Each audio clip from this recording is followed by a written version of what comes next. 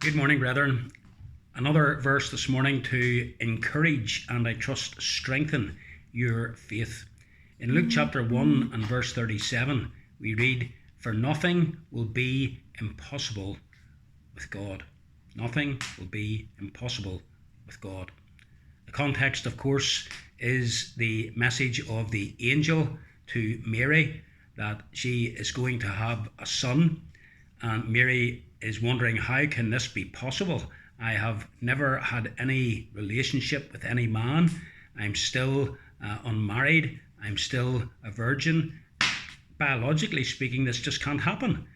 But the angel, of course, tells Mary nothing will be impossible with God.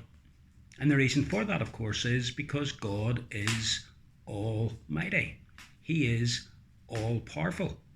He's able to do far and above anything that we could ever ask or think. You remember a similar situation in the Old Testament when Abraham when Abraham is spoken to by the visitors and they tell him that his wife Sarah is going to conceive and she's going to give birth to a son. That son, of course, being Isaac. And that seemed impossible. Abraham was a very old man. Sarah was well past the years of childbearing. In human terms, it was impossible for her to conceive. But the angel, of course, asked, "Is anything too hard for the Lord? Anything?"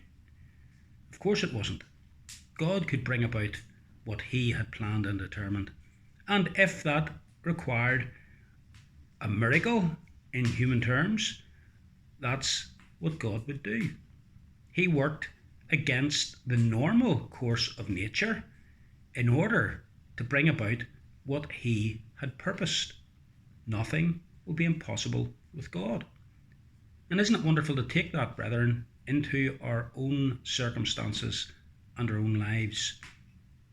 Many of us face difficult circumstances, maybe in our family lives, maybe in our jobs, maybe in our business, maybe in certain relationships that we have with other people, whether it's in the sphere of our employment, in the sphere of our family relationships, or in the sphere of the church. And it seems as though those relationships just could never be mended because they've been broken, and they've been broken for so long.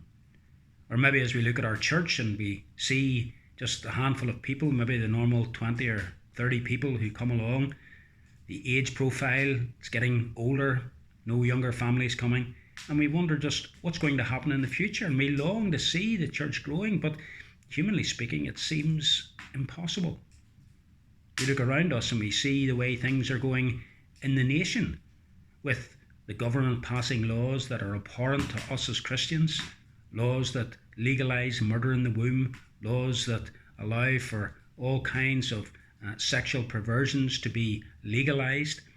And we wonder just what's going on. Can this ever change? And it seems as though it could never change. It's impossible. And so we hardly even pray about it. And when we do pray about it, we certainly don't pray in faith, believing that change could come. Well, brethren, here is an incentive to our faith. Nothing will be impossible with God. God can bring about radical change in the twinkling of an eye. Things are as they are today. Tomorrow, they could be very, very different. And we should be praying that God will work. And we should be praying, remembering these wonderful words. Nothing will be impossible with God. Take that to God with regards to your church and pray for growth. Pray for new people. Plead with God earnestly. Pray for those broken relationships that they'll be mended. Pray that people will be saved. It might seem impossible that that brother of yours or that sister of yours or your husband or your wife might ever be saved because they seem so apathetic or even so antagonistic to gospel things. Listen, nothing will be impossible with God. With God, all things are possible. Whether or not it's God's intention or not, that's a different question. And it's not a question for you to pry into. Your priority is to express your concern about these things and to express them believing that God can bring about change and to plead for him to do so. Luke 1:37. Nothing will be impossible with God. Have a good day, folks.